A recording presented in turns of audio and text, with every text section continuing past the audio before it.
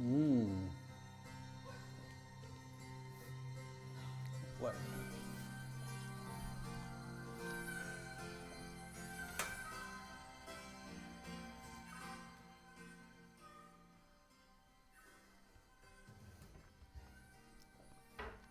Bueno, está bien esta banda sonora de Supertramp, ¿no? De fondo, ¿qué os parece?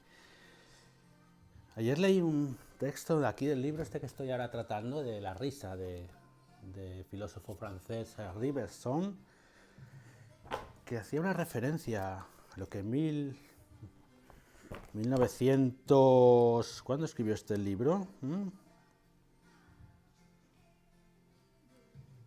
Cuando es principio... nació en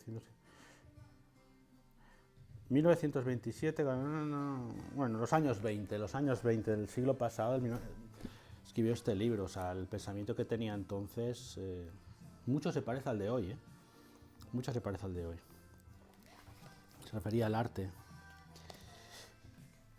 Voy a leerlo directamente del original, mejor. Porque esto lo copié. Allá voy. De forma que, ya sea pintura, escultura, poesía o música, el arte no tiene más objeto que apartar los símbolos pragmáticamente útiles, las generalidades convencionales y socialmente aceptadas, o sea, todo aquello que nos oculta la realidad, para colocarnos frente a la realidad misma. De un malentendido sobre este punto nació el debate entre realismo e idealismo en el arte. Seguramente el arte no es más que una visión más directa de la realidad, pero dicha pureza perceptiva implica una ruptura con la convención útil, un desinterés innato y especialmente localizado en el sentido o en la conciencia.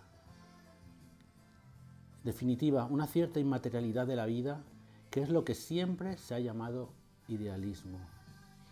Ya se planteaba la diferencia entre el realismo y el idealismo, que desde el barroco español, desde el barroco, vamos, ya vienen tratando los artistas, los literatos sobre todo. O sea, el Quijote es un claro ejemplo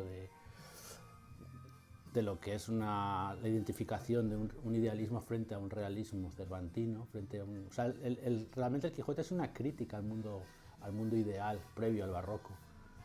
Pero bueno, vamos aparte. ¿Qué es la obra de arte? Buena pregunta, ¿no? Y esto también podemos extrapolarlo al mundo de la fotografía.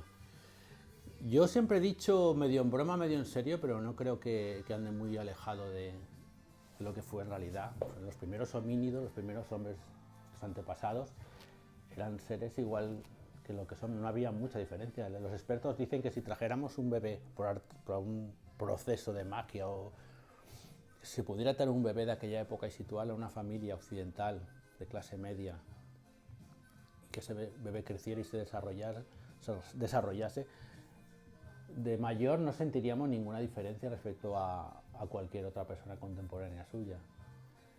Con lo cual, siempre he pensado que en aquellos pobladores de la tierra habrían bromistas, habrían cachondos, habrían mentirosos, habrían golfos, habrían gente honrada, habrían espirituales, habría gente más, además gamberra, todo un poco. Entonces, quiero pensar que la obra de arte tuvo su origen el día que uno de estos homínidos, paseando por ahí, se encontraba objetos naturales, o sea, piedras, ramas, troncos de árbol, restos de esqueletos, o sea, de animales muertos, ya que el tiempo había dejado ahí solitariamente desnudos, que le sedujeron por sus formas y se lo llevaron a su casa, su choza, su cueva, llámale como quieras, y los colocó en un lugar emblemático para contemplarlos, para complacerse de su visión, ¿no? Observarlos y disfrutar de sus formas, que en ningún momento eran realistas, eran formas lo que hoy llamaríamos abstractas, que tampoco es que sean abstractas, porque son formas que vienen de la naturaleza, ¿no? Digamos, formas orgánicas, dejémoslo ahí, formas orgánicas. Por tanto, la primera obra de arte viene del encuentro casual de un homínido con una forma que le sedujo y decidió llevársela a casa, colocarla en un sitio importante de su casa y tratarla como un objeto mágico, le podían decir los antropólogos de cierta manera, ¿no? Esto lo digo porque cuando planteamos el tema de qué es arte, de qué no es arte, yo llego a la conclusión de que el arte puro es arte porque no sirve para nada. No tiene ninguna utilidad más, bueno, que ya es bastante, más que la mera contemplación y el recrearnos en esa contemplación y complacernos de disfrutar de esas formas porque realmente nos llegan aquí dentro. Eso es lo que hace un objeto o una obra, un cuadro, una escultura, una jarra de porcelana de tal dinastía, ser obra de arte. Claro, el tema es cuando el arte se le busca una utilidad, lo que ahora se llama comúnmente como objetos híbridos o mestizaje.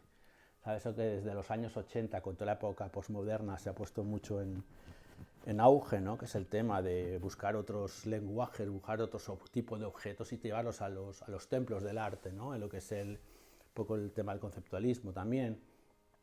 Pero el arte funcional, pues eso, considerar, empezar ya el tema de los videojuegos, entran dentro del terreno de las bellas artes, la fotografía, por supuesto, digamos, otros gremios que nunca han sido considerados, digamos, de los 4 principales, ¿no? Lo que es la música, poesía, pintura, escultura, obras de arte, o sea, objetos de arte, pues en los años 80 se empiezan a incorporar un nuevo tipo de objetos de otros gremios, de otras profesiones, y empiezan a entrar en galerías y a ser tratados como objetos de arte también. Y esta es la reflexión que os hago un poco. Realmente pensar que la obra de arte, como digo, la característica fundamental es que no tiene ninguna utilidad en el sentido objetual. O sea, que su única función es estar ahí para ser contemplada y ser observada y ser valorada. Y en el momento que esa obra de arte se convierte en un juguete o se convierte en un artefacto, ¿no? Por ejemplo, un Ferrari de estos preciosos de coleccionista, y dicen una obra, no, perdona, no es una obra de arte, en el sentido que tú te metes, lo puedes conducir y ese se convierte en un medio de locomoción, ¿sabes? Un reloj de tal, lo que sé, categoría, una cámara de fotografías Leica, una pluma estilográfica de esas Montblanc que valen un montón, no son obras de arte, son objetos que sirven para escribir, ¿sabes? Entonces, la principal característica de la obra de arte es su infuncionalidad, o sea, y ahí queda todo eso claro y bien dicho. Y nada, seguiré con el libro esto porque me estoy descubriendo cosas muy interesantes de las que creo que va a nutrirse mi próximo libro. Bueno, estoy con uno de ellos, el próximo que tengo en mente. Quiero tocar el tema del humor en la fotografía y estoy sacando mucha información interesantísima, importantísima de este maravilloso personaje del siglo XX, premio Nobel de Literatura, en el 1927, creo, el 29, no quiero recordar, tenía que mirarlo, aquí está.